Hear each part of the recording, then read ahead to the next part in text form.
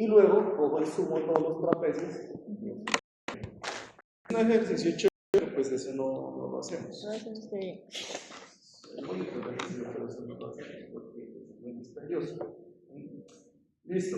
Y entonces, si por ejemplo yo hago la curva de un medicamento, pues puedo hacer la curva de otro y puedo compararlas, ¿sí?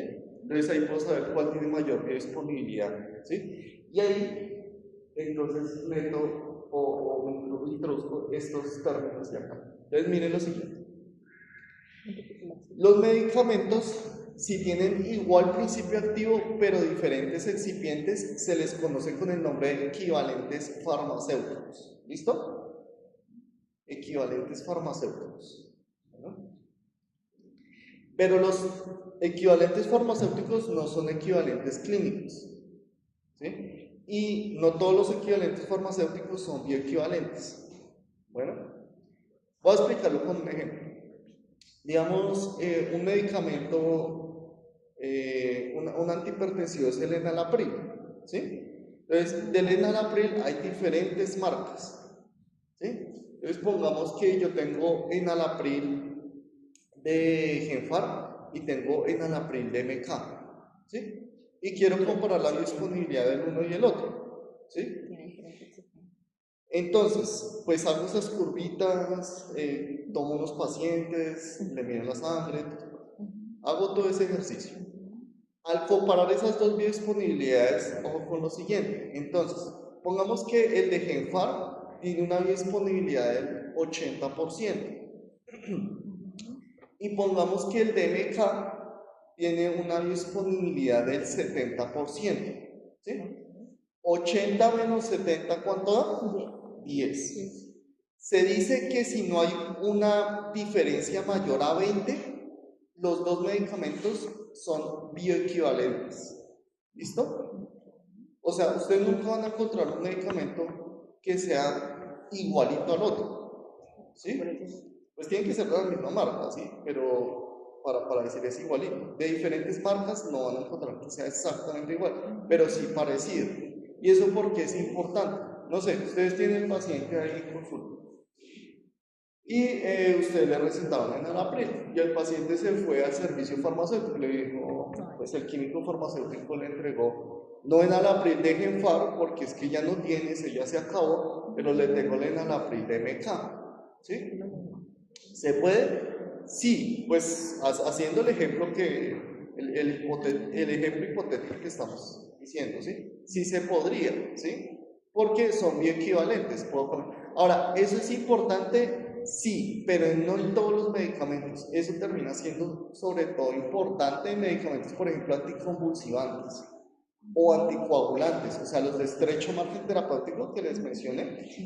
Hay antibióticos que también son de estrecho margen terapéutico, también es importante, ¿sí? Porque es que con los anticonvulsivantes, ¿por qué sería importante? ¿Por qué consideran ustedes que es importante? Si un paciente controla su epilepsia, por ejemplo, con ácido valproico marca Pfizer, ¿sí? Y le cambian a ácido valproico marca MK, ¿ustedes creen que va a seguir controlando con la misma dosis las convulsiones? La respuesta es no. No, porque la biodisponibilidad es diferente, ¿sí? Entonces, por eso es importante medir la biodisponibilidad y, digamos que determinar si un medicamento es bioequivalente, ¿no? ¿Ajá?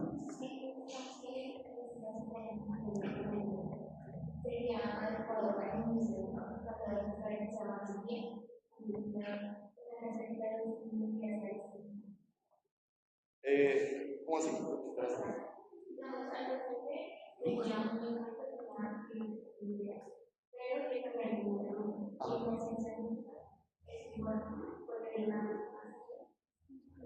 No.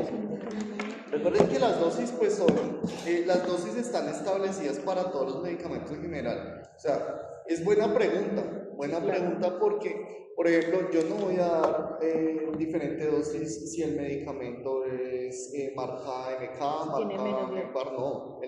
Las dosis están estipuladas para el principio activo. O sea, por ejemplo, hay un anticonvulsivante que se llama ácido valproico, ¿sí? las dosis son para el ácido valproico, pero ese ácido valproico se puede llamar, por ejemplo, convulsín. Sí, puede tener diferentes nombres. Y ya, pero no es. Ahora, eso normalmente lo dice pues digamos que está establecido medir la biodisponibilidad. Eso hay una norma, eso es algo un poquito complejo porque es algo normativo regulatorio en el cual se estableció que ciertos medicamentos, si yo los quiero cambiar, debo pues asegurar la biodisponibilidad. ¿Sí? Y por eso hay unos estudios de bioequivalencia y biodisponibilidad. Normalmente los laboratorios, cuando ustedes sean médicos y les hagan la visita médica que hacen los laboratorios farmacéuticos, ellos les dicen, este medicamento fue comparado con el innovador y la biodisponibilidad es del tanto por ciento, ¿sí? Hay una diferencia del tanto, entonces es equivalente, ¿sí? Entonces eso es lo que uno debe pues tener presente si hace cambios de marca. Entonces eso se llama. Ahora, con eso que les digo, ¿qué significa? Que un equivalente farmacéutico puede ser bioequivalente como puede que no sea bioequivalente. ¿Listo? ¿Sí? Y cuando un medicamento equivalente farmacéutico es bioequivalente, también se le puede decir que es equivalente clínico. ¿Sí? O sea, yo puedo cambiarlo por otro. Así entendí. Si es equivalente farmacéutico y es equivalente bioequivalente, o sea, puedo decir que es un equivalente clínico. Sí, es como otro nombre para decir que es bioequivalente. Ajá.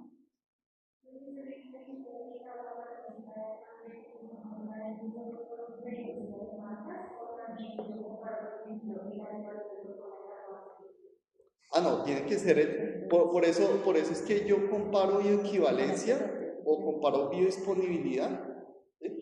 Hacer estudios de bioequivalencia, que es comparar dos biodisponibilidades, ¿sí? Entonces, yo lo hago con equivalentes farmacéuticos, únicamente. O sea, yo no voy a comparar, por ejemplo, yo no voy a comparar ácido valproico con fenitoína, no, nada que hacer, porque son principios activos diferentes, actores diferentes. ¿Listo? Sí. Listo. Buena pregunta. Una vez que quede claro eso. Ya, con eso. No. Y pues acá de pronto como un ejemplo de comparando dos. Bueno, cuando se hace esas comparaciones, hay dos tipos de biodisponibilidad. ¿Sí? Hay una biodisponibilidad absoluta y una biodisponibilidad relativa. ¿Sí? La relativa es la que normalmente se hace, ¿sí? ¿Cuál es la relativa? La que les expliqué ahorita, que yo comparo el medicamento con el innovador. ¿Sí? ¿Listo? ¿El innovador es el que tiene mejor biodisponibilidad? Sí, es que yo lo puedo hacer de dos formas, de manera absoluta, o sea,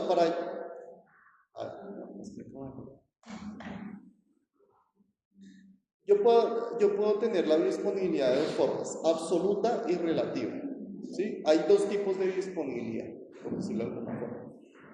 ¿Qué es lo que pasa? Que la biodisponibilidad absoluta, eso casi no se usa. ¿Por qué? Porque yo comparo la biodisponibilidad, por ejemplo, un medicamento vía oral con vía versus vía intravenosa. Entonces eso no es un dato muy útil, pero existe. Lo que se hace es más bien comparar un medicamento vía oral con un medicamento vía oral, y eso se llama biodisponibilidad relativa. ¿Sí? Es así se estableció. Bueno, ¿qué factores pueden alterar la biodisponibilidad? Entonces, la vía de administración, ya ustedes lo saben.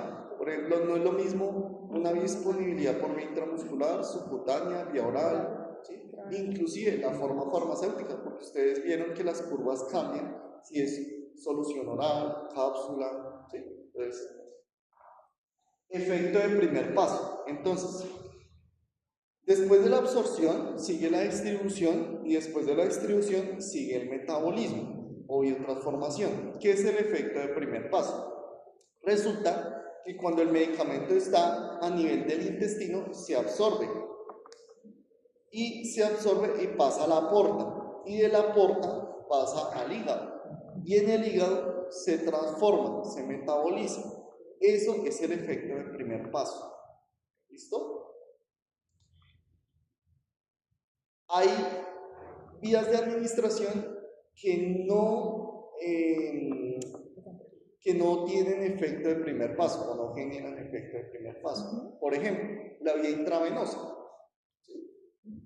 Sí, obviamente en algún momento pasa por el hígado, pero las concentraciones plasmáticas llegan directamente y no se disminuyen ni se alteran por efecto del primer paso, ¿sí? Que es el metabolismo hepático.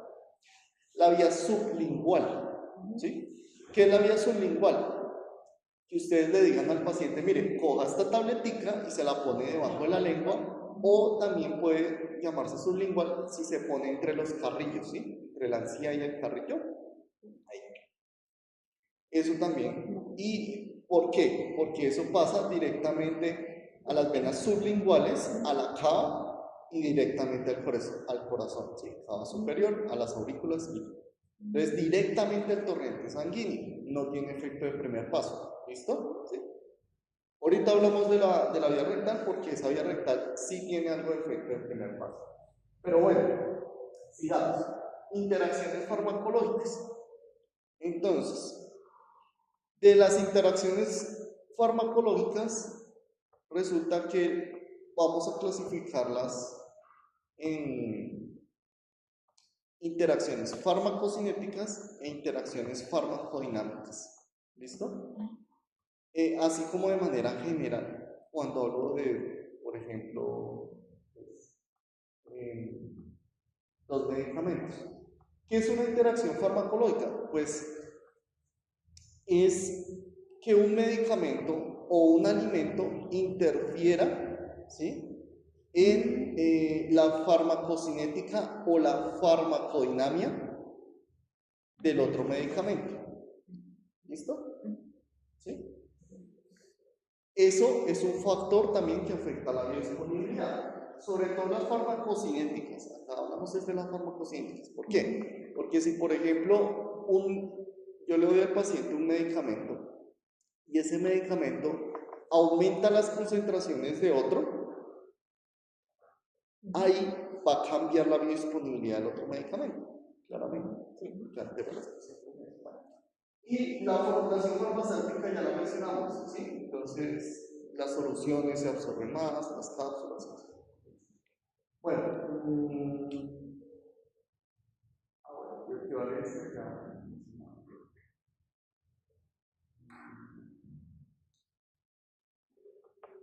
Bueno, acá,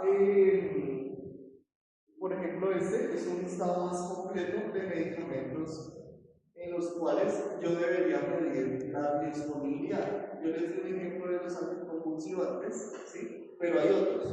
Por ejemplo, anticoagulantes, antineoplásicos, antiparkinsonianos, ¿sí? Antirretrovirales. Son ejemplos de medicamentos en los cuales se debería revisar la disponibilidad, ¿sí? Si yo le cambio un medicamento por otro, por ejemplo.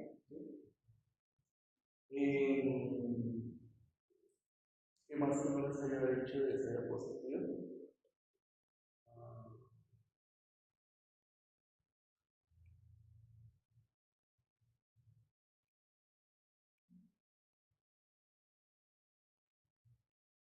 Bueno, miremos acá. Entonces, en el caso del neuromuscular, ¿sí?, hay situaciones en las cuales la disponibilidad puede llegar a ser del 100%. ¿Sí? Este es de la cápsula, pero normalmente es del 75 al 100. La subcutánea igual, pero esto es biodisponibilidad. ¿Sí? Normalmente la intramuscular pues es una a veces mayor arriba con la curva en comparación con la subcutánea, ¿sí? Porque la absorción es más rápida que la muscular, ¿sí? La vía oral tiene una disponibilidad menor, ustedes ven que el 5 pero nunca llega al 100, lo mismo la rectal nunca llega al 100, pero puede ser que en la rectal haya mayor disponibilidad, dependiendo, pues, digamos, del área bajo la curva. También, digamos, hay otras vías como la vía inhalatoria, en la cual también es posible mirar la disponibilidad y la transdermal.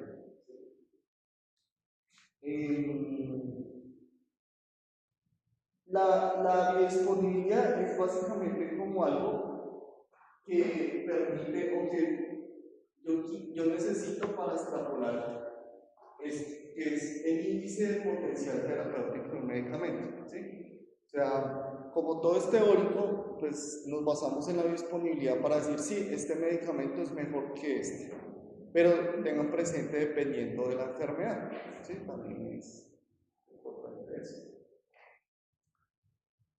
Bueno, pasamos al tema de la distribución. Bueno, de la absorción, ¿sí? Pues también mencionar que, por ejemplo, a nivel gástrico casi no hay absorción, es poca, ¿sí? Y de absorberse se absorben más los ácidos, ¿sí? Y en el caso, digamos, del intestino es donde hay mayor porcentaje de absorción, ¿listo? Y pues ahí se absorben más las bases débiles, ¿listo? Y también, digamos, de la absorción, decir, el fenómeno de atrapamiento iónico, pues, bueno, recordándolo, lo mencionamos la vez pasada, y es que un ácido, ¿cierto? Pues digamos, el ejemplo que di la clase pasada, si hay un absceso y yo administro un fármaco básico, ese fármaco básico, pues si es una base débil, pues puede atravesar la membrana y llegar al absceso. Y una vez llega al absceso, esa base débil es muy probable que se ionice, entonces queda atrapada. Y como queda atrapado, entonces funciona mejor en el absceso. ¿Sí? Entonces, ese sería como el ejemplo de atrapamiento iónico. Pues también puede ocurrir con los ácidos, pero cuando pasan a compartimentos que son básicos, ¿sí? También hay atrapamiento iónico, ¿sí? Y es por eso. Listo. Ahora, distribución. Entonces, distribución es básicamente como el fármaco llega hacia otros tejidos. Ya, es eso. ¿Sí? La distribución es la forma como el fármaco llega a otros tejidos. Pero para llegar a otros tejidos, primero tiene que, pues, viajar por la sangre. ¿Sí? Entonces, en la sangre hay proteínas. Normalmente está la albúmina y otras globulinas fijadoras. La albúmina es el principal transportador de fármacos en la sangre, ¿sí? Entonces, ahí va a venir un concepto que aparece acá, que es el fármaco libre. Entonces, el fármaco libre o la fracción libre del fármaco se refiere a ese fármaco que no está unido a proteínas. ¿En dónde? En la sangre. ¿Listo? Las concentraciones plasmáticas. Y el fármaco unido a proteínas, pues es el que está unido, por ejemplo, a la albúmina, que es casi la mayor transportadora de. Bueno, esto es la circulación sistémica, esta es la absorción. Miren que va ocurriendo la distribución, pero a la par puede estar ocurriendo la biotransformación del metabolismo y finalmente la eliminación, que yo les decía, bueno, no sé si no mencioné la clase pasada, pero decirlo, la eliminación no la confundan con la excreción, porque la eliminación es la unión entre el metabolismo y la excreción, ¿listo? Esa es la eliminación.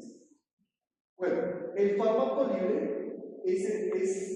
o la fracción libre del fármaco es la que genera el efecto y la que se puede ir a los tejidos a, pues, unirse a sus receptores, etc. ¿Sí? Es el fármaco libre el que genera el efecto.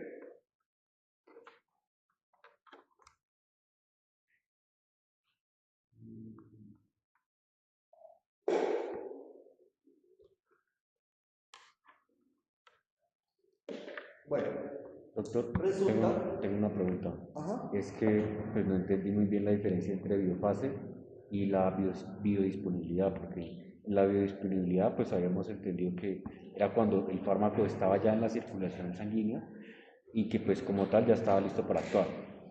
En cambio, bueno, la biofase había entendido que era cuando el fármaco también como que ya está listo, en este caso para unirse a los receptores.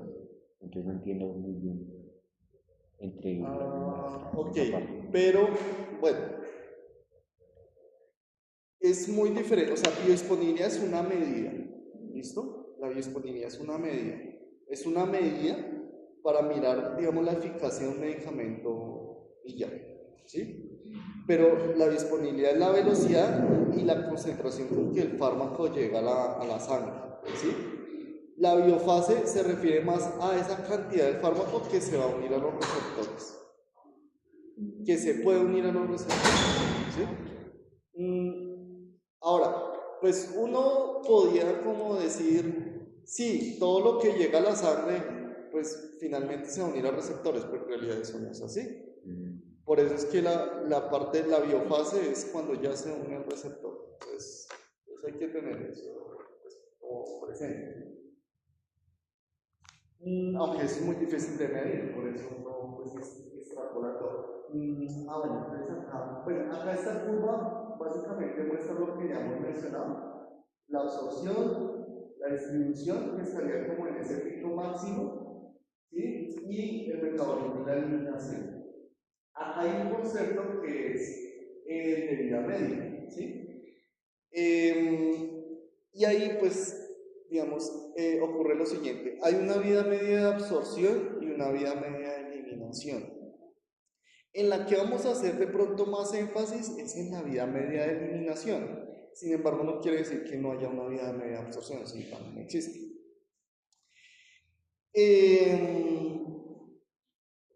Y pues ahorita lo definimos, vida media. Sigamos con el tema de distribución. El tema de la distribución, pues hay dos fases. Una, pues dice ahí, primera fase y segunda fase. Eso es sencillo. Como el fármaco va en la sangre, ¿cierto? Hay unos tejidos que de base son más irrigados que otros. Por ejemplo, nuestro corazón, nuestro cerebro, nuestros riñones, nuestro hígado, son órganos que están más irrigados en comparación, por ejemplo, con la piel, la córnea, las uñas, ¿sí? Entonces, la primera fase, ¿qué es? La primera fase se refiere a esos órganos a los cuales va a llegar el fármaco inicialmente. Y segunda fase se refiere a repitamos. La primera fase se refiere a los lugares o a los tejidos a los cuales el fármaco va a llegar inicialmente, ¿sí? De primeras. Y segunda fase se refiere a los tejidos a los cuales va a llegar después, ¿sí? Hay situaciones en las cuales el fármaco a veces puede que ni llegue, ¿sí? Y esa depende de las características farmacocinéticas del medicamento, ¿sí? Por ejemplo, hay medicamentos que pueden llegar a tejidos como el sistema renal, ¿sí? El sistema urinario, ¿sí? Es el caso, por ejemplo, de los antibióticos quinolonas, la ciprofloxacina, ¿sí? ¿Sí? Y llega ya y se acumula. De tal forma que, por ejemplo, ese antibiótico es muy utilizado en infecciones urinarias por esa propiedad, ¿sí? Eso termina siendo lo útil. ¿Por qué también es útil? Otro ejemplo para mostrar la utilidad de esto. Yo tengo un paciente, por ejemplo, con una infección en el sistema nervioso central. Lo ideal es un antibiótico que tenga una muy buena distribución en el sistema nervioso central, ¿sí? No todos pueden llegar a ese nivel, porque hay unas... Entonces, ahí viene el otro tema, que en la distribución hay unas barreras. Está la barrera hematoencefálica, ¿sí? Está, por ejemplo, la barrera hematoplacentaria, ¿sí? Entonces, en la distribución también influyen las barreras, ¿sí? Que la distribución también intenta que esto llegue a los tejidos.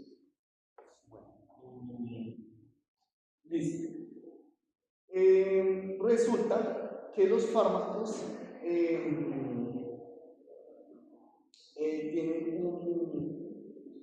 un parámetro, un número, ¿cierto? Una característica farmacocinética que se llama volumen de distribución, ¿sí? Entonces, por ejemplo, díganme ustedes, ¿cuál es el volumen de distribución de la amiodarona? De la amiodarona. Búsquenla por ahí. Eso. ¿Listo? Ese es el volumen de distribución. Bueno, pongamos otro ejemplo. ¿Cuál es el volumen de distribución, por ejemplo, de la gentamicina? 20. ¿Listo? Entonces, miren lo siguiente. Si tiene un volumen de distribución pequeño, tiene una alta unión a proteínas y es muy probable que se queden en la sangre. ¿Sí? Si tienen un volumen de distribución alto, pues es más probable que lleguen a otros tejidos y no se queden solamente a nivel sanguíneo, a nivel de la concentración plasmática.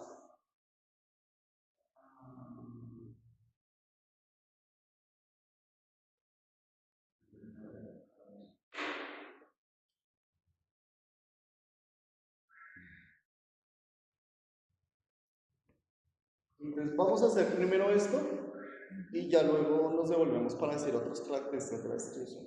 ¿Sí? Porque, pues, entonces, hay 3 compartimentos, ¿listo? ¿Cuáles son los 3 compartimentos? En forma general, el intravascular, o sea, dentro de la sangre. Acá esto es de la Velázquez, pero es exactamente lo mismo de ahí, entonces no nos vamos a enredar con esto. Los otros compartimentos son el intersticial y el intracelular. ¿Listo? ¿Sí? Entonces, esto es como una matemática sencilla. Entonces, vamos a hacer un ejemplo. Entonces, vamos a poner a un paciente, creo que ahí los cálculos están para eso, un paciente que pesa 70 kilos. ¿Sí? Entonces, miremos acá el tablero, pues ahí está escrito, pero vamos a el tablero para que pues, se entienda mejor.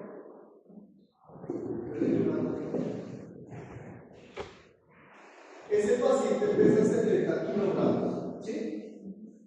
El 60% del peso es agua, ¿sí? Entonces, como pesa 70 kilos, ¿qué hago? 70 por 60%. Ahí no sus calculadores. Para mirar que si estemos haciendo lo correcto. 42 y la medida es litros. 42 litros. ¿Listo? ¿Sí? Hasta ahí es sencillo. Esos 42 litros yo los tengo que distribuir en el espacio intravascular, el espacio intersticial,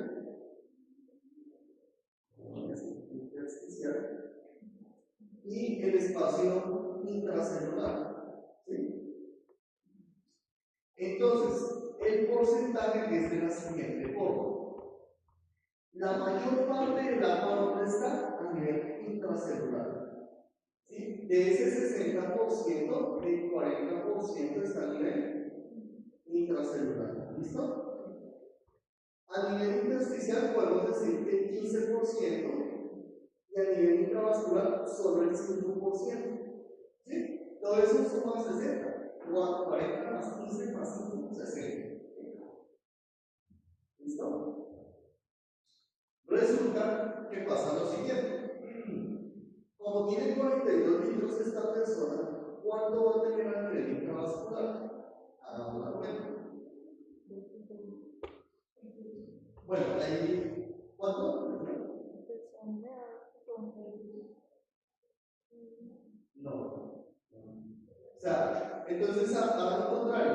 Cojan 70, no, háganlo de otra forma. Háganlo de otra forma para que les dé. 70 multiplíquenlo por 40%, ¿cuánto les da? 28 litros. ¿Listo? Bueno, 70 kilos multiplíquelo por 15%, ¿cuánto le da?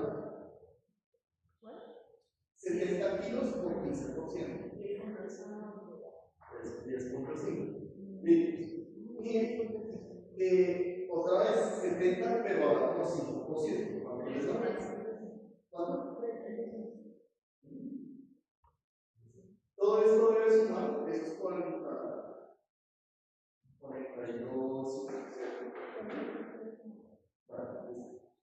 Entonces, ¿qué es lo que pasa? Pongamos un ejemplo.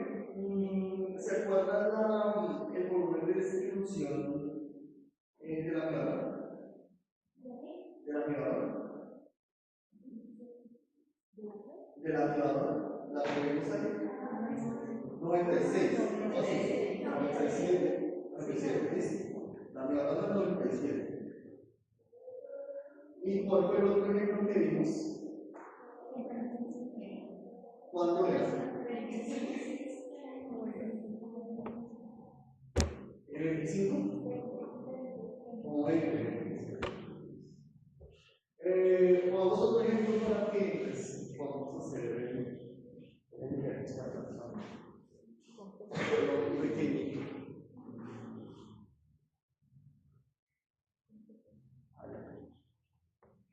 Por ejemplo,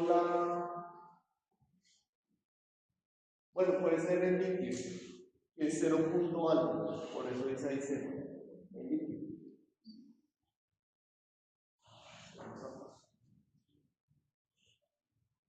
Ahí no consigue un.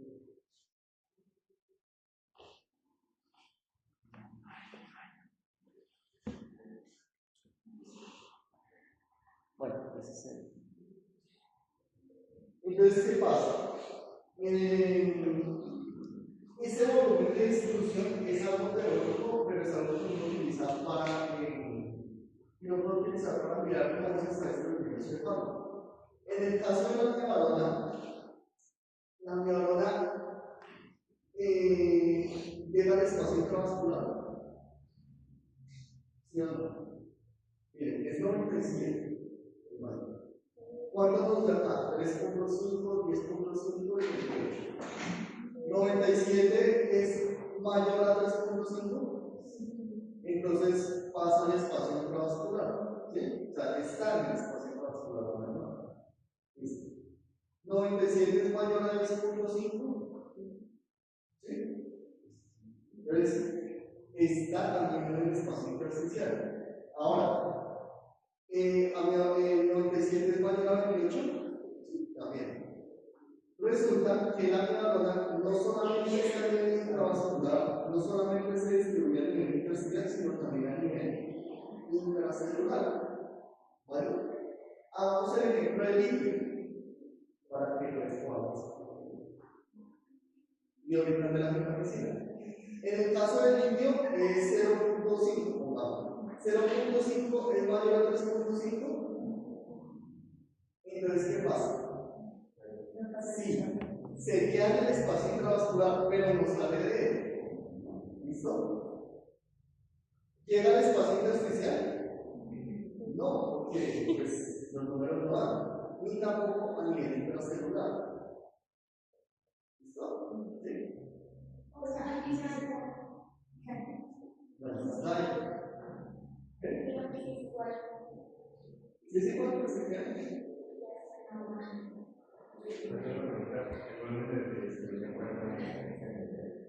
Es de Dios.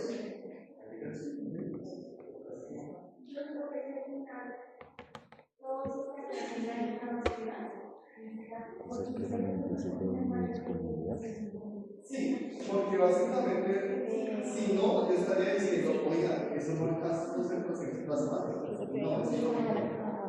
¿Cierto?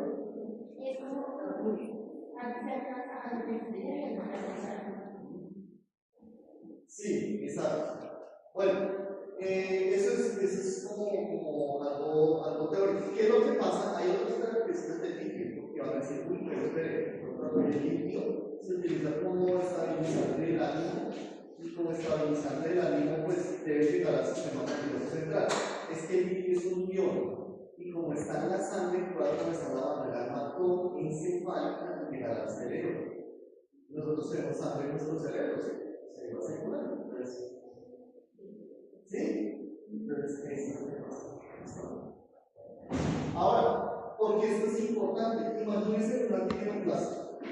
No sé, pongámosle, eso lo vamos a ver pues ya como finalizando el tercer semestre.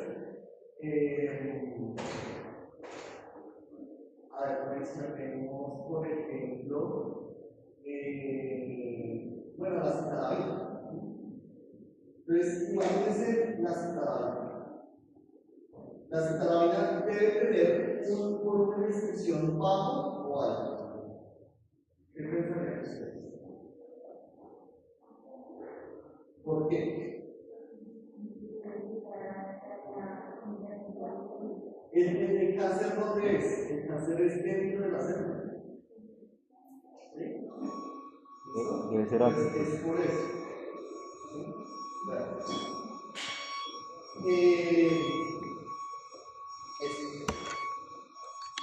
Y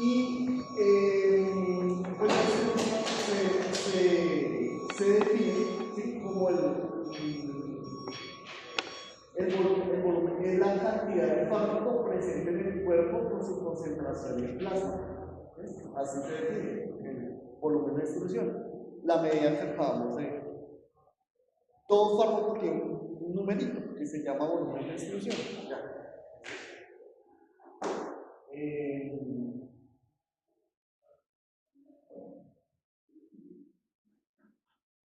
Esto es igual, ¿sí? Esto es lo que lo estamos mencionando.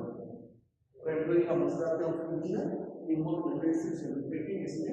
Teofilina y anticilina. Ahora, hay situaciones o factores que modifican el volumen de distribución de los fármacos. Por ejemplo, el volumen de distribución aumenta si un paciente, hablamos que es un niño muy pequeño, menor a un año. Si tiene edemas, ¿sí? O sea, por ejemplo, por una falla cardíaca. Edemas, ascitis o derrame pleural, ¿sí? Si tiene falla renal o hepática y si están en embarazo. Esas son condiciones en las cuales el volumen de distribución aumenta, ¿sí? ¿Por qué creen que van a aumentar? Porque se altera. O sea, el espacio intersticial de pronto va a tener un porcentaje de líquido mayor, el espacio intracelular, etc. ¿Sí? Se altera esa fisiología. Y el volumen de distribución disminuye, por ejemplo, en el caso de las mujeres, edad avanzada, deshidratación, obesidad, shock y enfermedad cardiovascular. Por ejemplo, la deshidratación, pues es lógico, es claro, en la obesidad. ¿Sí? Esta diferencia entre el hombre y la mujer es muy leve, pero aún así tenemos que la incluir dentro del cuerpo. Y la obesidad, pues claramente, porque en la obesidad pues hay más, no es que haya líquidos, en realidad la obesidad es más grasa. Ahora, ¿qué es lo que puede pasar? Que hay fármacos que se pueden acumular en los tejidos, ¿sí? Y pueden tener, digamos que una distribución, como se acumulan en esos tejidos, van a tener una distribución, pero como circunscrita a ese tejido, ¿sí? ¿Se acuerdan del ejemplo que les decía de la ciprofloxacina o de las quinolonas? Que se acumulan a nivel del sistema renal, urinario, tienen afinidad por ese sistema, pues ¿qué va a pasar? Se va a acumular en esos tejidos y se va a distribuir en esos tejidos nuevamente.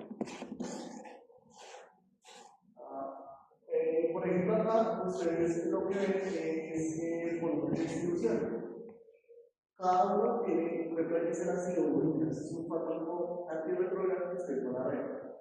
Y el volumen de distribución, normalmente estas tablas están digamos, determinados para un paciente normal de 70 kilogramos, o sea, sin falla renal, sin falla hepática, normal, sano. Entonces, ahí todos los medicamentos tienen un volumen de distribución, ¿listo? nada más por curiosidad que tienen en la tabla. O sea, cuando habla de distribuciones de 350, dices que es mucho mayor a la... Exacto, es un volumen de distribución exacto. Por ejemplo, a ver, ¿cuál dice? La verapamilo. Ah, verapamilo, listo. Eso es un calcio antagonista. Pues que pues, se considera no dihidropiridínico y pues tiene unos efectos de pronto deleterios porque es un antihipertensivo que le puede generar al paciente arritmias. Por eso a veces el verapamilo se utiliza más en un paciente que tiene arritmias y tiene hipertensión arterial o que tiene solo arritmias, porque es un fármaco que por ese volumen de distribución, claro, puede llegar al corazón y acumularse ahí. Bueno. Bueno, este tabla también nos sirve para lo siguiente. Miren lo siguiente, miren lo que ven ahí. Ahí son los parámetros farmacocinéticos.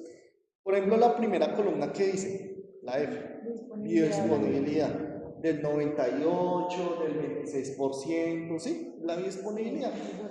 La segunda que dice, excreción urinaria, ¿no? Que es lo del paso de, pues ya después de la biotransformación, la excreción. El aclaramiento, eso lo vamos a ver en eliminación. El volumen de distribución ya lo revisamos. La semivida es lo mismo de vida media, eso lo revisamos en la eliminación. Bueno, concentración blanco, concentración tóxica, pues es el parámetro que determinaron en qué momento ese fármaco tiene una concentración tóxica. A todos los fármacos que se ven en concentración tóxica por desde que llegan concentraciones demasiado altas para los pacientes.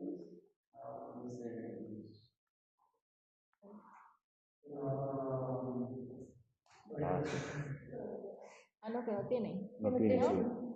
Concentración tóxica. Sí, tiene razón. Por ejemplo, digamos, la teofilina. Ustedes ven acá la teofilina. Miren cuál es la concentración adecuada. Que dice ahí 10. Y miren cuál es la concentración tóxica. Si ven que es muy cercana. Entonces, la teofilina es un medicamento de estrecho margen terapéutico. Y así, por ejemplo, podemos ver los que pues hemos mencionado. Que no tiene número, ¿no? Que tienen los 3 puntos sucesivos. Por ejemplo, digamos fenitoína. Fenitoína es un anticonvulsivante. 10, 20. También es de estrecho margen terapéutico. ¿Se acuerdan que les había dicho anticonvulsivantes, anticoagulantes, teofilina? ¿Qué otro les mencioné? Algunos antibióticos. Bueno, listo.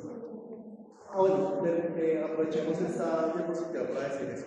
Entonces, en la distribución también digamos que tenemos que tener en cuenta lo de las barreras. Entonces, los fármacos pueden pasar al sistema nervioso central. Para pasar al sistema nervioso central tienen que atravesar primero los capilares cerebrales y si queremos que lleguen al líquido cefalorraquídeo, o sea, hay dos vías. Una por el líquido cefalorraquídeo y otra por la sangre. ¿Sí? Miremos esto con una imagen.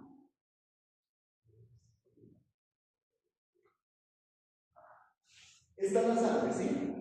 Esta es la glía. Acuérdense de la glía, ¿sí? Esta es una neurona, ¿sí? Yo le doy un anticonvulsivante al paciente.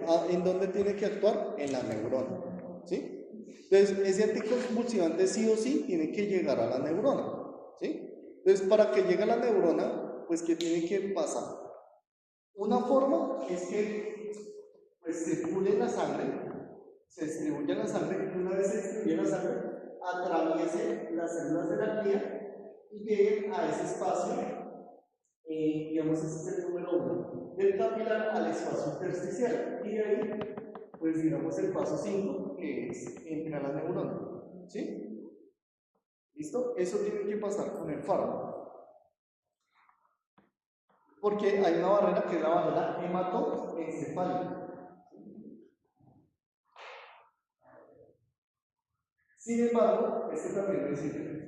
Hay otra barrera que es la barrera hematocefalorraquídea, ¿sí? Es más difícil. ¿Por qué? Porque en el caso de la barrera hematocefalorraquídea, de la sangre tiene que pasar al líquido cefalorraquídeo. Me vuelvo por acá.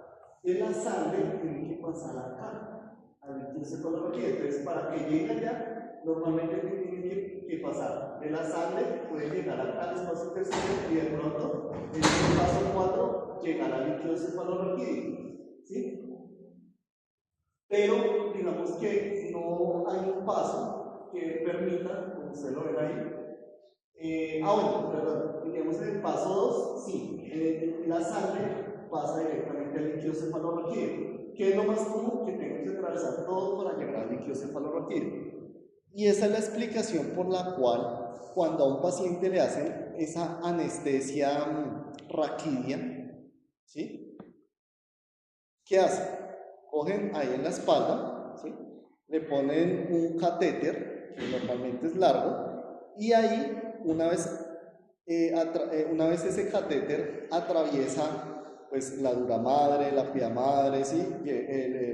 Perdón, la dura madre, el espacio subaracnoideo, y llega al líquido cefalorraquídeo, se puede administrar el medicamento directamente al líquido cefalorraquídeo y generar ausencia de dolor, o sea, anestesia, digamos que normalmente es para cirugías, por ejemplo, de miembros inferiores, ¿sí?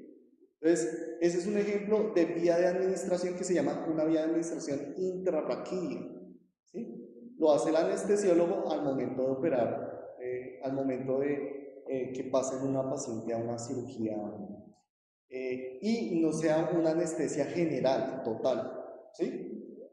Entonces, eso es importante por esa razón. Los fármacos, si yo le diera una pastillita a ese paciente, una tabletita a ese paciente, pues es poco probable que llegue al líquido cefalorraquídeo, por eso yo tengo que hacer esa punción raquídea, ¿sí?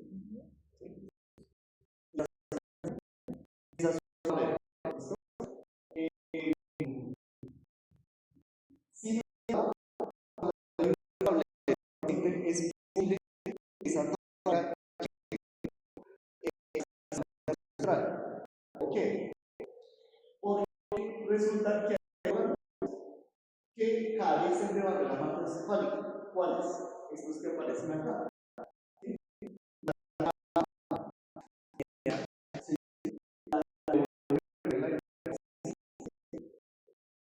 La neurona.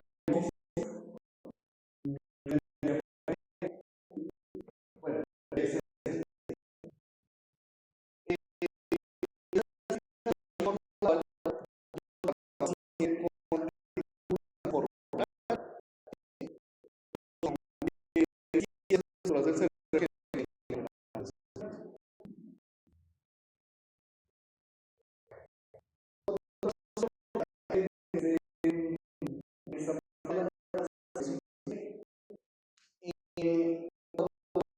una infección en el sistema nervioso central, una meningitis, las meninges se inflaman, ¿sí? La penicilina, como antibiótico, vamos a ponerlo de ejemplo, no atraviesa la barrera hematoencefálica.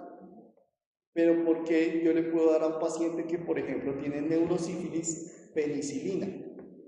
Porque cuando se inflaman las meninges, ¿sí? Sí permite que el antibiótico atraviese la barrera hematoencefálica y llegue al cerebro. ¿Sí? ¿Qué es lo que pasa? Que es probable que yo no cure de manera total al paciente, porque a medida que yo le voy dando el antibiótico, esas meninges se van desinflamando y van volviendo a su estado normal. Y como vuelven a su estado normal, el medicamento ya no puede penetrar. ¿Sí? Entonces el paciente vuelve otra vez con la infección y yo tengo que volverle a administrar el medicamento. ¿Sí? Pero esa es una explicación de por qué algunos antibióticos sirven para meningitis. ¿Listo? Todo eso frente a la barrera hematoencefálica. Frente a la barrera hematoplacental, y frente a la barrera láctea, pues ahí también hay como unas consideraciones de lo siguiente.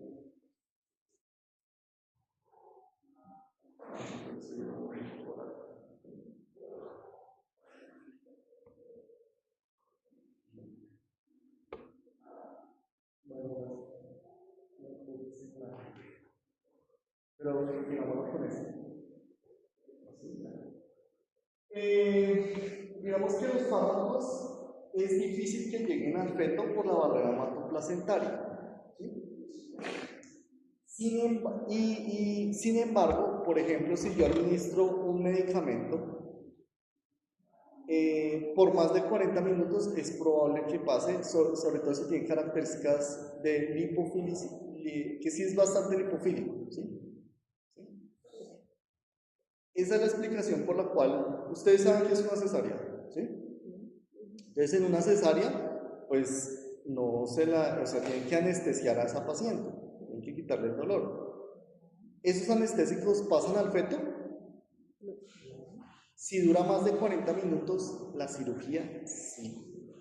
Pero una cesárea en manos expertas es casi de 5 minutos, eso no dura nada.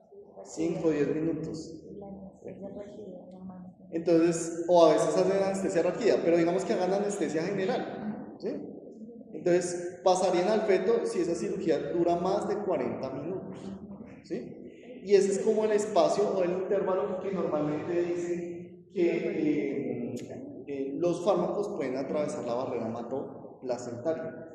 En el caso de la leche materna, pues normalmente se aconseja que pues, no se utilice ningún medicamento, así como con el tema de las embarazadas, es un punto del taller que clasifica los medicamentos en A, B, C, D y X. ¿Ya lo hicieron? Bueno, yo no les he dicho a ustedes, creo que a ustedes no les he dicho. El taller, plazo para subir el sábado. ¿Sí? Sábado al mediodía, ¿listo? Entonces,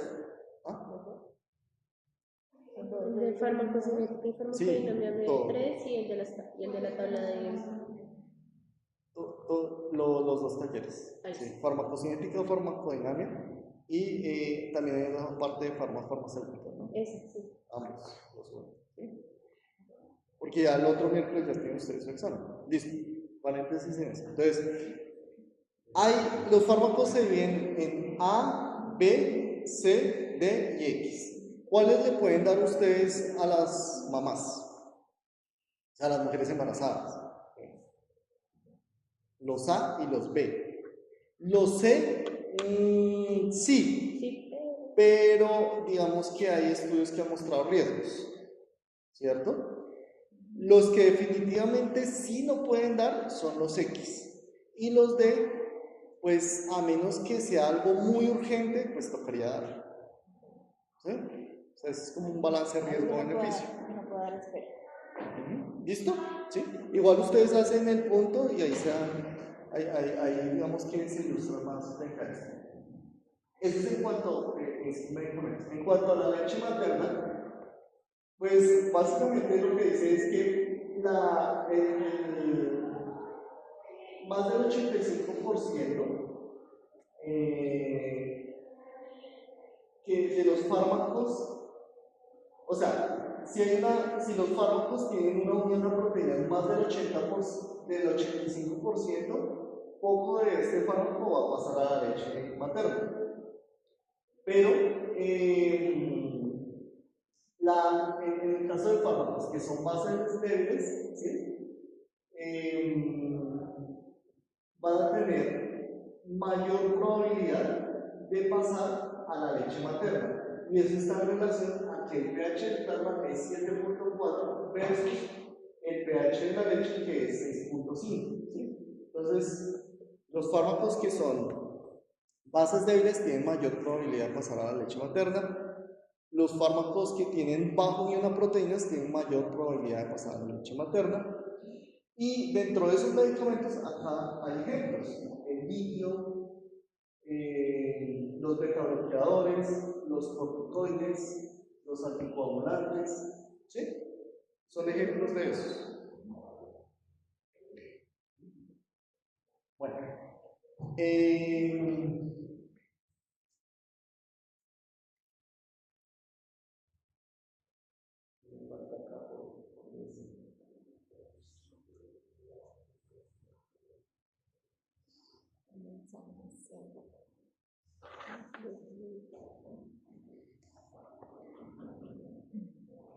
Nos falta eso.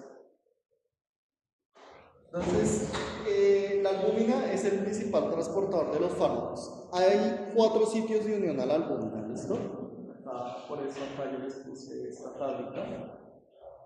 4 sitios. El sitio 1 y el sitio 2 es en el que se unen la mayoría de los fármacos. Ya, es eso. ¿Listo? De la albúmina, ¿no?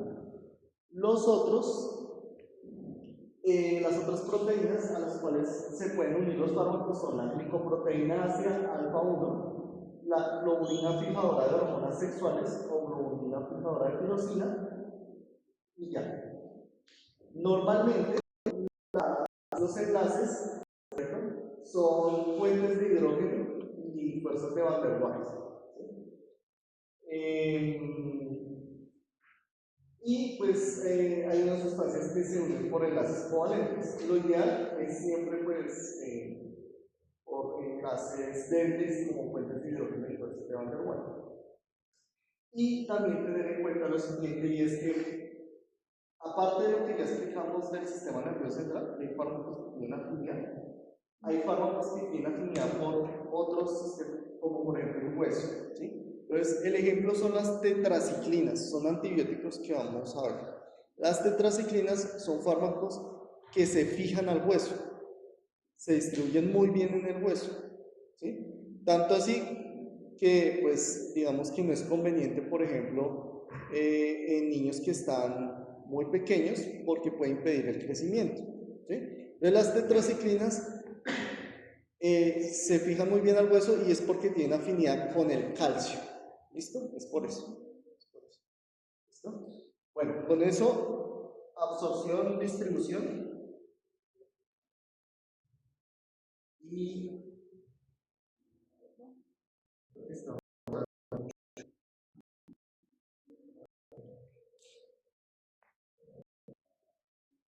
Y pasemos a metabolismo y eliminación o biotransformación. ¿Listo?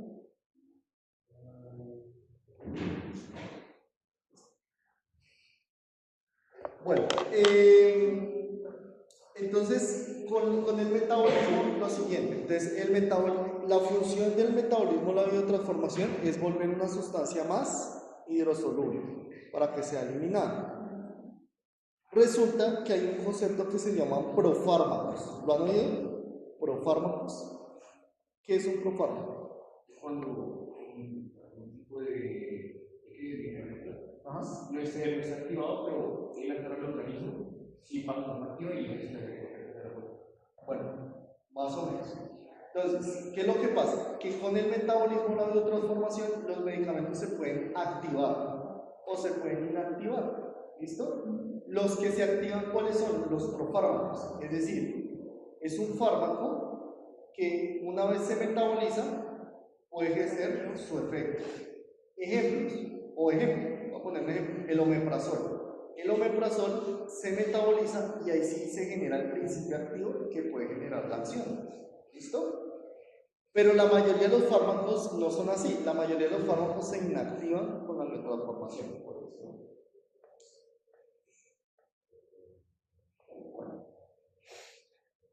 Resulta que en el metabolismo hay 2 tipos de cinéticas. ¿Sí?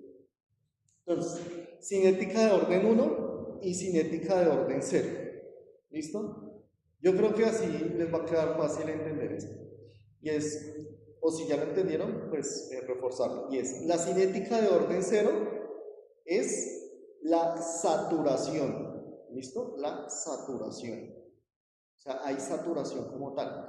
En la cinética de orden 1, pues simplemente digamos que las concentraciones van, es un metabolismo dependiendo de las concentraciones, ¿cierto? Y la cantidad del fármaco, pues es metabolizada por unidad de tiempo. Mejoremos esa explicación con un ejemplo. ¿Listo? Ustedes llegan al servicio de urgencias y encuentran que una persona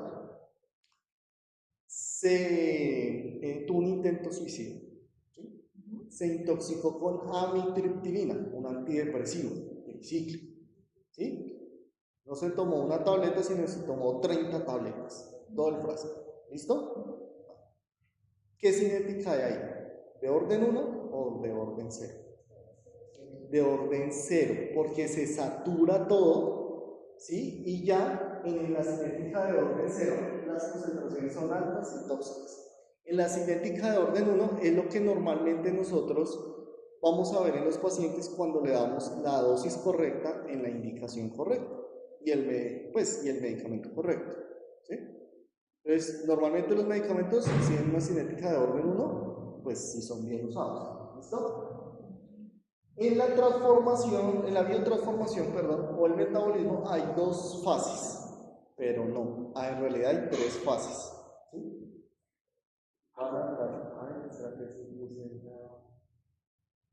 Sí, hay 3 fases, ¿sí? Entonces, ojo con lo siguiente. ¿Cuál es la fase 1? Ustedes, esa sí la saben, esa sí la han leído, ¿sí? ¿Han visto? ¿Cuál es la fase 1 en el metabolismo? ¿La qué? Ambas son, pues digamos que la fase 1 es más hepática, la fase 2 también puede ser hepática. Bueno, puede haber ahí una diferencia. ¿Qué más? Ojo, la fase 1, ¿sí? Tiene que ver con una enzima, un complejo enzimático que es la citocromo P450, ¿sí? ¿Listo?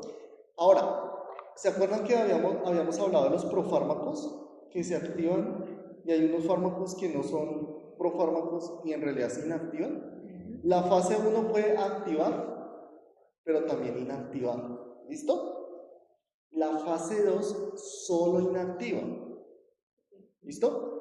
Ahora, la fase 1 es todo lo que tiene que ver con reacciones de oxidación, reducción, hidrólisis por parte del citocromo P450, es decir, reacciones microsomales. Bueno, la fase 2 son aquellas reacciones enzimáticas que ocurren, pero que son de conjugación con el ácido glucurónico y pues otros, sulfuración, hay otras conjugaciones a ese nivel.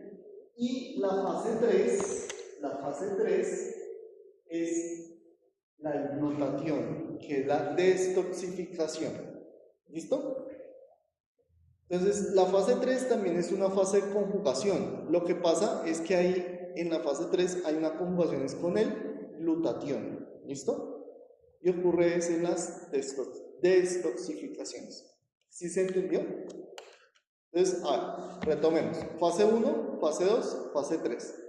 ¿En cuál hay activación o inactivación? En la fase 1. ¿En cuál solo hay eliminación? Es decir, inactivación.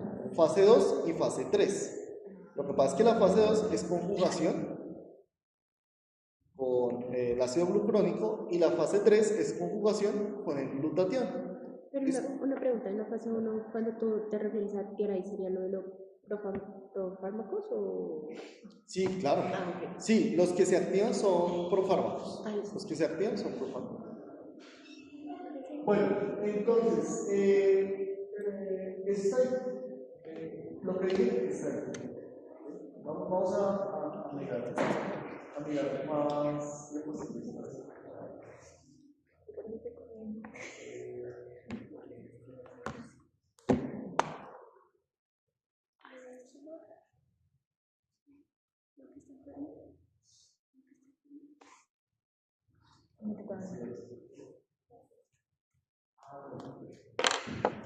¿Cómo no?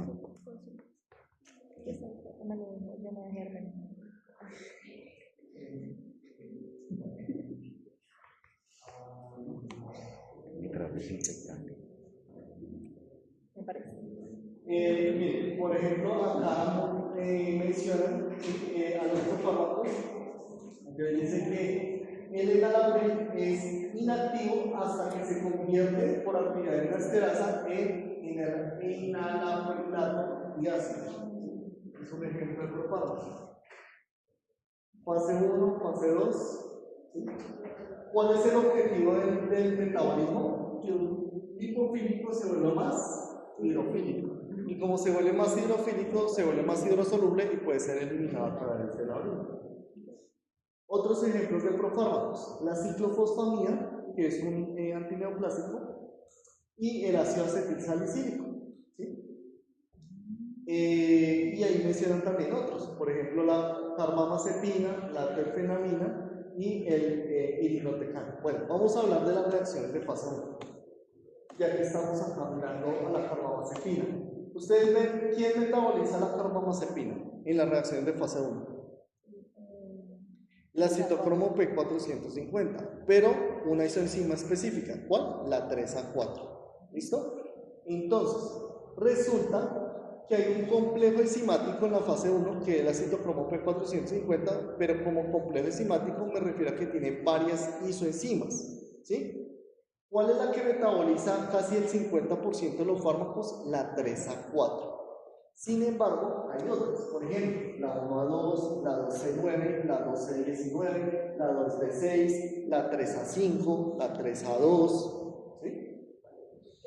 ¿Qué hace la citocromo P450? Hace esto. Acá está el fármaco. Ingresa. Y una vez ingresa, por reacciones de reducción y oxidación, pues ese fármaco, ¿sí? Digamos que se van añadiendo grupos de oxígeno, grupos de hidrógeno, se van uniendo a moléculas de oxígeno posteriormente y finalmente el fármaco se oxida. ¿Qué es lo que pasa con la citocromo P450? ¿Ustedes creen que solamente basta con un ciclo para que el fármaco se oxide? No, tiene que tener. Para que todo el fármaco se oxide, en realidad tiene que pasar y pasar y pasar y pasar. ¿Sí? Ahora, pongamos un ejemplo. Ese paciente está recibiendo un medicamento continuamente. Entonces, siempre va a haber sustrato. ¿Sí? En ese caso. Si por alguna razón deja de haber fármaco, ¿qué va a pasar? La citocromo va a seguir oxidando, ¿qué? El fármaco oxidado. ¿Sí? Eso es lo que muestra esa gráfica. ¿Sí? Es nuevo fármaco se oxida, pero si ya no hay más fármaco, ese fármaco oxidado se sigue oxidando hasta que pues, se pueda eliminar, inactivar, eliminar o pues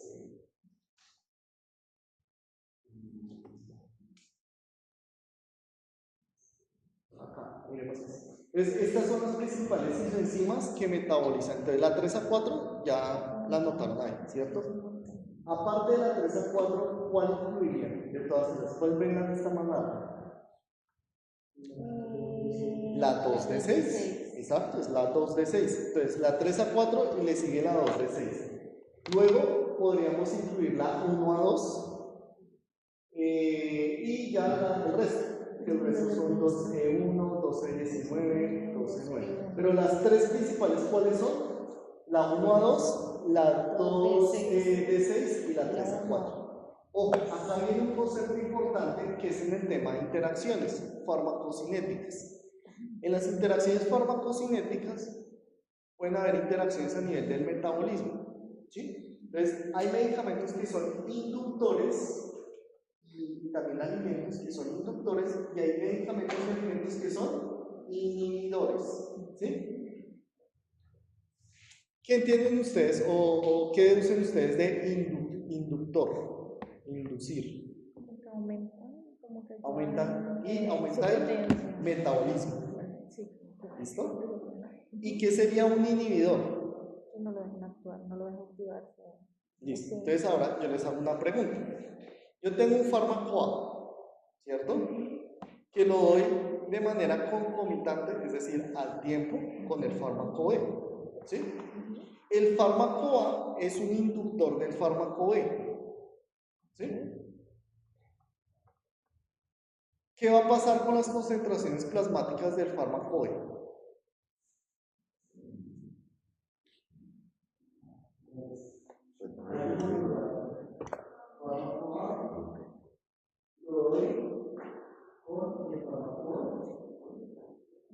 El fármaco A es un inductor, ¿cierto?, del metabolismo del fármaco B.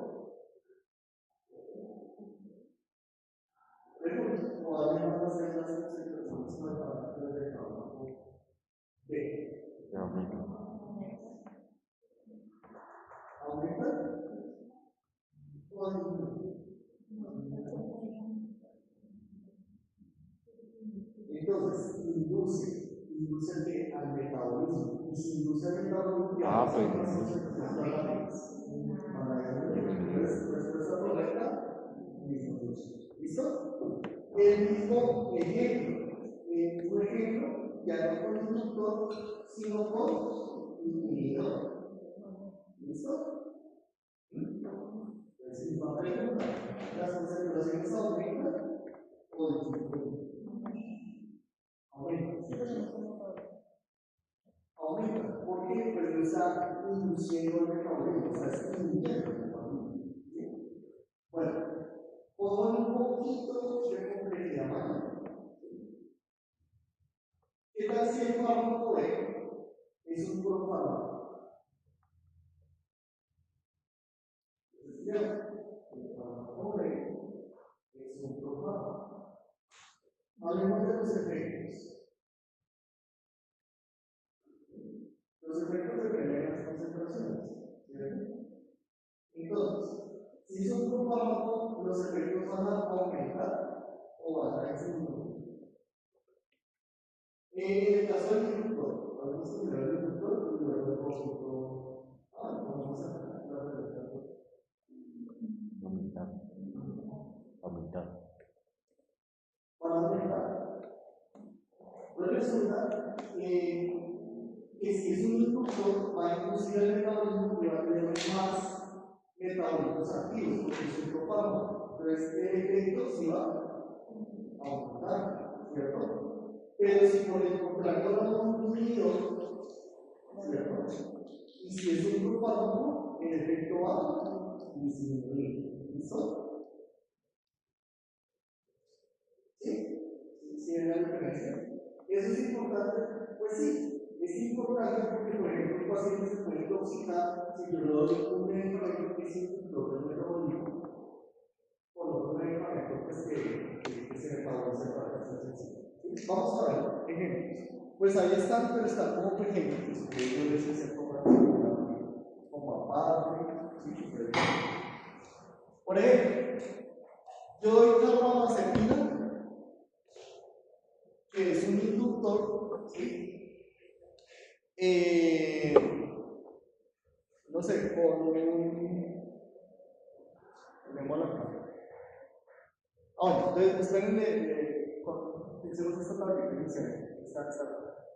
Estos son inductores enzimáticos y estos son inhibidores enzimáticos. Entonces, en inductores, por ejemplo, hay medicamentos como carbamazepina, que es un anticonvulsivante, fenitoína, que es un anticonvulsivante, y isofulvina, que lo van a ver este semestre, que es un antifúngico. Y en inhibidores hay otros medicamentos, como por ejemplo ritonavir, como omeprazol, como fluoxetina. Ritonavir es el ejemplo clásico de los inhibidores enzimáticos, que es un medicamento utilizado para el VIH.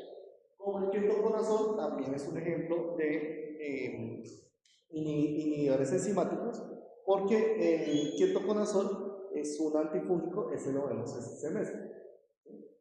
Entonces, bueno, puede ser este. ¿Qué pasaría si alguno, en el caso de los inductores, ¿cierto? Lo doy, por ejemplo, con alguno de estos medicamentos que se metabolizan por CYP3A4, por ejemplo,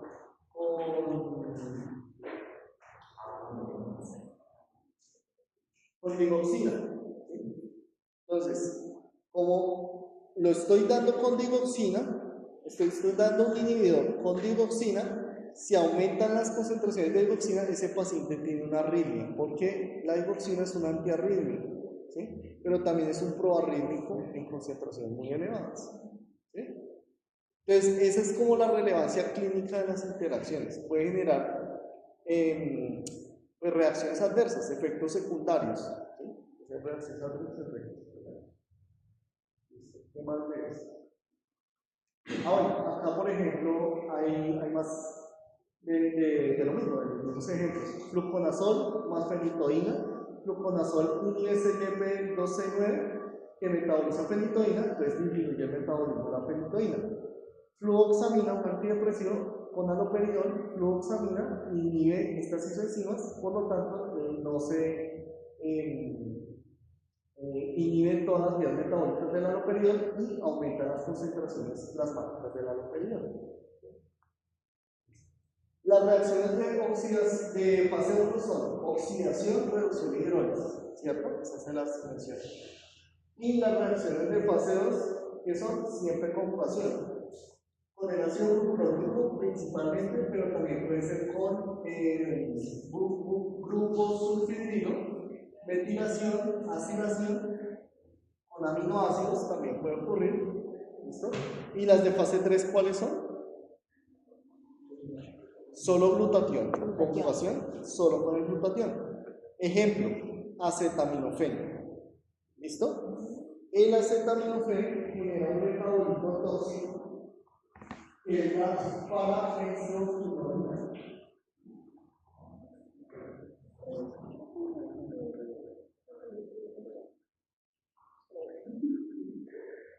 La parafenilquinona. ¿Sí? ¿Por qué lo genera? Pues porque el metabolismo de la acetaminofén genera eso. ¿Sí? Resulta que ese metabolito tóxico genera daño hepático. Pero ¿por qué no genera daño hepático? Gracias a que se combina con el glutatión, la reacción de fase 3 que funciona. Y eso no es toxifica. Si hay una sobredosis por acetaminofén, ¿qué es lo que va a pasar? Que el glutatión se satura. Y aún así, a pesar de que hay glutatión, el glutatión se satura, ya hay más glutatión y genera daño hepático. Es la otra importancia de este tema del metabolismo. Si no salgo la enzima, por ejemplo, la de fase 2 o la de fase 3, pues hay más metabolismo tóxico y mayor toxicidad de ese paso. Puede ser todo. Oxidación, esto pues es química. Oxidación es agregar el oxígeno o perder un hidrógeno. ¿Sí? Reacción de fase 1. La hacen enzimas incluso amanecen en el hígado. Reducción es perder un oxígeno o agregar un hidrógeno. Aldehídos, cetonas y ésteres. Son lo que ocurre en estas reacciones. Y miren algo importante lo siguiente. Las reacciones de fase 1 pues, puede ser oxidación, reducción de hidrólisis. El complejo enzimático citocromo P450 hace eso. ¿Sí?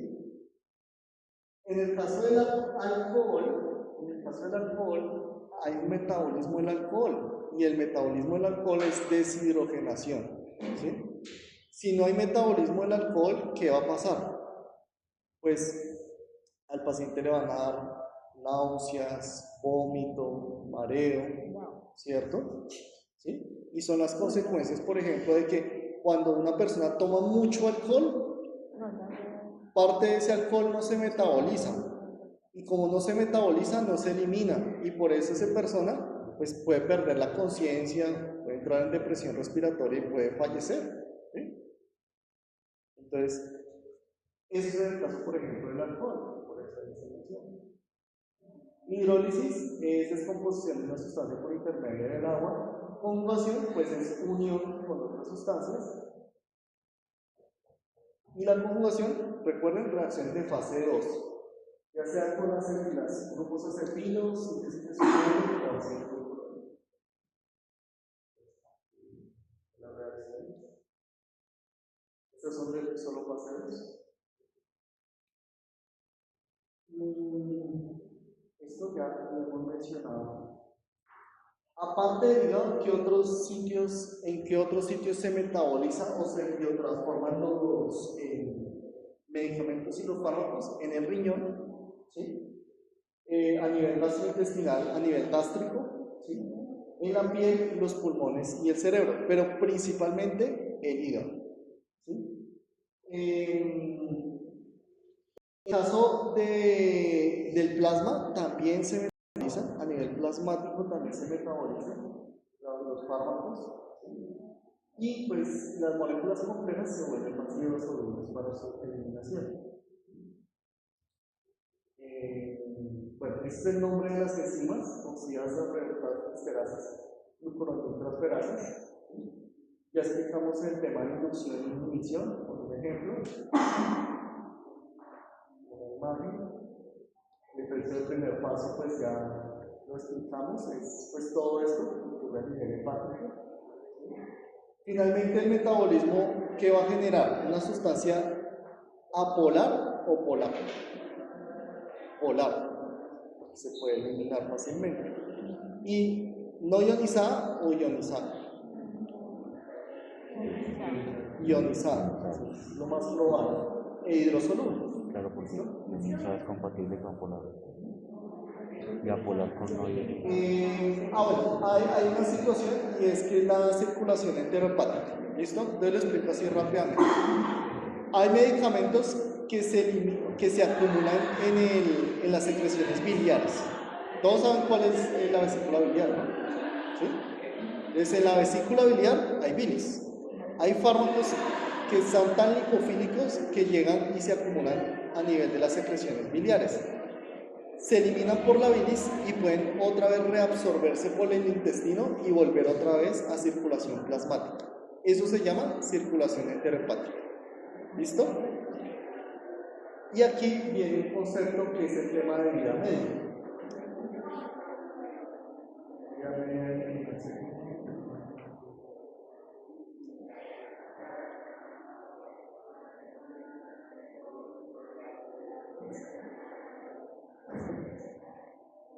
Lo voy a explicar y con eso pues sí dejamos para que lo vayan pensando.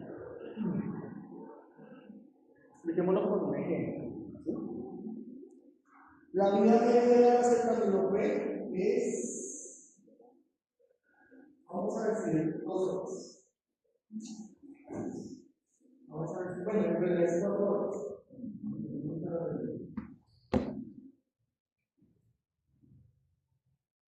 4 horas. ¿Listo? Entonces, este paciente viene acetaminofén. ¿Sí?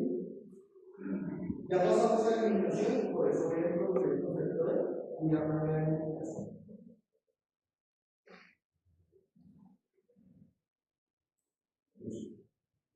Día media, 4 horas. ¿Cuál es el concepto de día media? Es el tiempo al cual las concentraciones plasmáticas del fármaco disminuyen al 50%. ¿Listo? Al 50%. Yo lo voy a presentar acetaminofén. Digamos, ahorita, digamos que son las 0 horas. Digamos que la 1.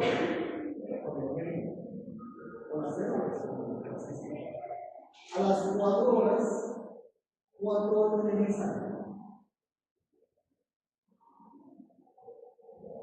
50%. ¿Sí? Porque la vida media tuvimos que ser 4 horas. Entonces, después de 4 horas, ¿cuánto va a tener?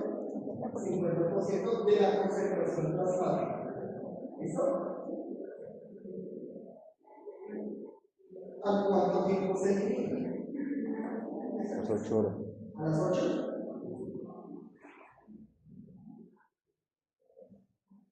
¿A las 8 horas qué pasa? A las 8 horas qué pasa? Tengo 50% de la concentración plasmática. Pero el 50% se elimina. Porque el 50% se elimina. A las 8 horas, ¿cuánto se va a eliminar? Ya se eliminó 50%. Pero de ese 50% se elimina un 50%, es decir, 25%. ¿Cuánto da eso?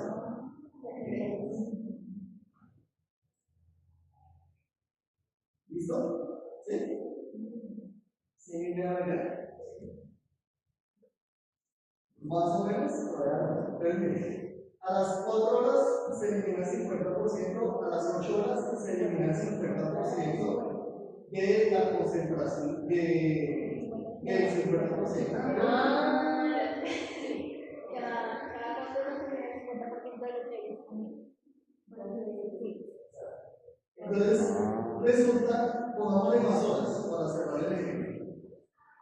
A las 16 horas, bueno, pues a las 12 horas. A las 12 horas, ¿qué va a pasar? Un 12.5% más. ¿Sí? Entonces, un 12.5%. A las 16 horas, ¿qué va a pasar? Un 6.25%. A las 20 horas, ¿qué va a pasar?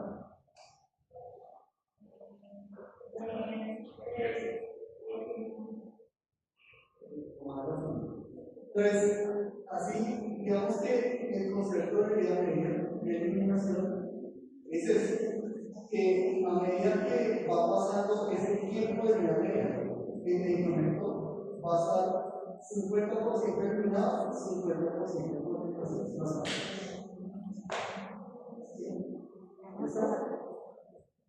Y la vida media es un parámetro que va a aparecer dentro de la ficha técnica de todo medicamento. ¿Sí? Y eso también me sirve para la dosis. ¿Sí? Se dice que 3 días medias son la dosis del medicamento.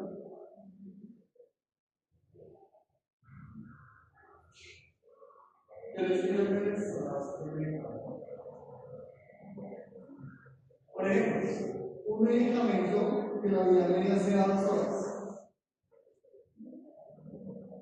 Pues 3 días medios son. ¿Qué quiere decir? Que cada 6 horas tiene que darse el medicamento. Más o menos es como para 3 días medios son la frecuencia de dosis del medicamento. Entre 2 y 3 días medios. Entre 2 y 3 días medios. Entonces, pues normalmente se puede dar cada 6, cada 8, cada 12.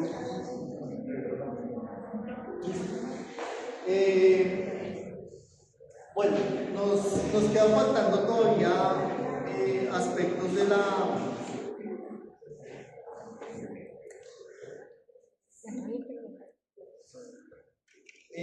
farmacocinética y la eliminación.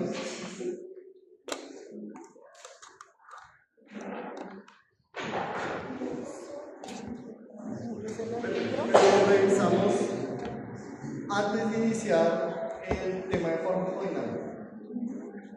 De farmacodinámica, ¿cuántas sesiones tenemos? 2. Listo. Vamos a hablar. Preguntas, dudas. Dale.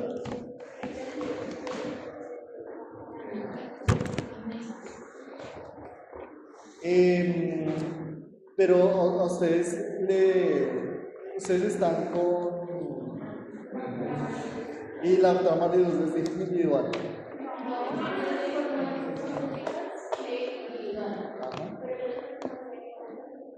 Bueno, entonces, cuando yo les habilite, solamente uno de ustedes sube el taller. Uno del grupo. Ojo, en la primera hojita ponen los nombres del grupo. Si le faltó alguno, pues se queda sin nota. Entonces, tengan la precaución de poner a todos los que trabajan. Y si no, yo asumo. Pero pues, tengan la precaución. Y en el individual, pues sí me imagino, en el de forma farmacéutica, sí me imagino que pues, nos toca a uno subir. Póngale el grupo, el número del grupo, ¿listo? Ustedes son. ¿Cómo? Hasta el mediodía, hasta las 12. ¿Ah? Uy, no, pero hasta las 8.